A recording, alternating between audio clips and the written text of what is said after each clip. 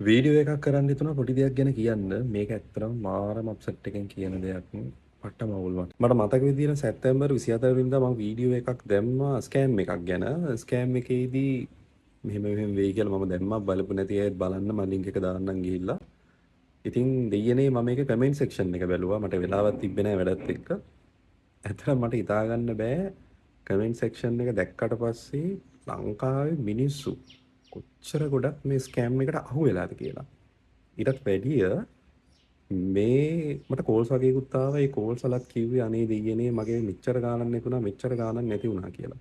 ඔයාලත් පුළුවන් නම් comment section එක බලන්න මේ පෝස්ට් එකේ. සමහරුන්ගේ ලක්ෂ 15 ලක්ෂ 16 ලක්ෂ 20 තේ හමුදුරුනේ මේ සල්ලි නේද ඉතින්. මං අහන්නේ මෙහෙමයි මේකේ දෙපැත්තක් තියෙනවා.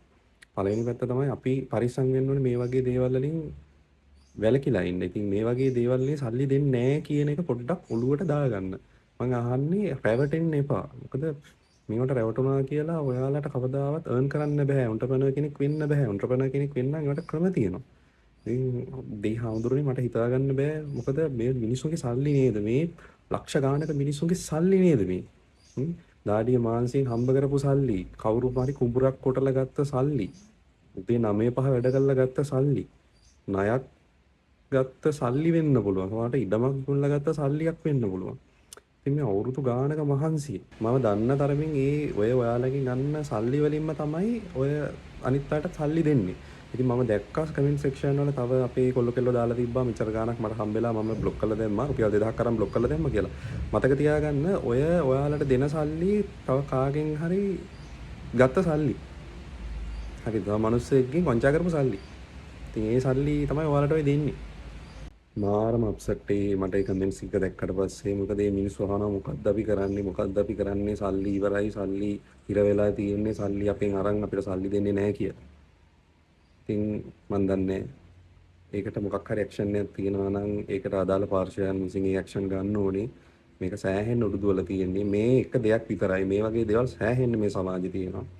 මන් දන්නේ නැහැ. ඉතින් මට පුළුවන් විදිහට මම දෙයක් කරා අහුවෙන්නේ නැතුව ඉන්න. ස්කෑම් නවත්තන්න බෑ. මොකද ඒවා නවතින්නේ නැහැ. නවතින දේවල් නෙවෙයි ඒවා. ඉතින් පුළුවන් තරම් ඔයාලා පරිස්සම් වෙලා ඉන්න. සල්ලි පරිස්සම් කරගන්න. මොකද ලක්ෂ ගානක සල්ලි නැති වුණා කියලා කියන්නේ එතනින් පස්සේ ඔයාලට හොඳ මිනිස්සෙක්ට උනත් කෙලින් මෙන්ටල් හෙල්ත් එක හොඳට තියෙන මිනිස්සෙක්ට උනත් ડિප්‍රෙෂන්, ඇන්සයිටි එහෙම නැත්නම් ඒ සම්බන්ධව කියලා පැනික් ඇටැක්ස් වගේ දේවල් එන්න පුළුවන්. මේක නවතින්නේ ගොඩක් වෙලාවට සුයිසයිඩ් එකකින්. බහුතරයක්. මොකද ක්ෂණිකව එන පැනික් ඇටැක් එකක් නවතින්න පුළුවන් සුයිසයිඩ් එකකින්. පරිස්සම් වෙන්න.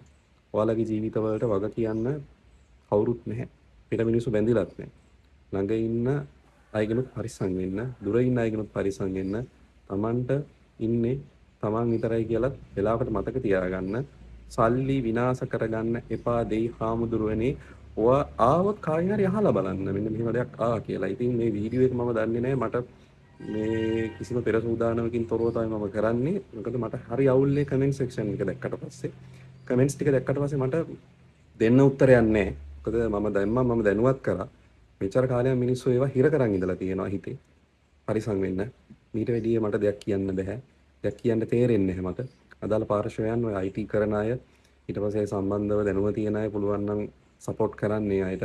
ඉතින් ගිහිල්ලා එන්නම් පරිස්සම් වෙන්න. සල්ලි නාස්ති කරගන්න එපා. සල්ලි විනාශ කරගන්න එපා. වැදගත් දෙයකට සල්ලි යොදවලා වැදගත් විදියට පිළිවෙලකට සල්ලි පරිස්සම් කරගන්න. ඉතින් ඔයාලත් වැරදි, ඒගොල්ලොත් වැරදි, දෙගොල්ලම වැරදි කියලා මතක තියාගන්න. ගිහිල්ලා එන්නම්.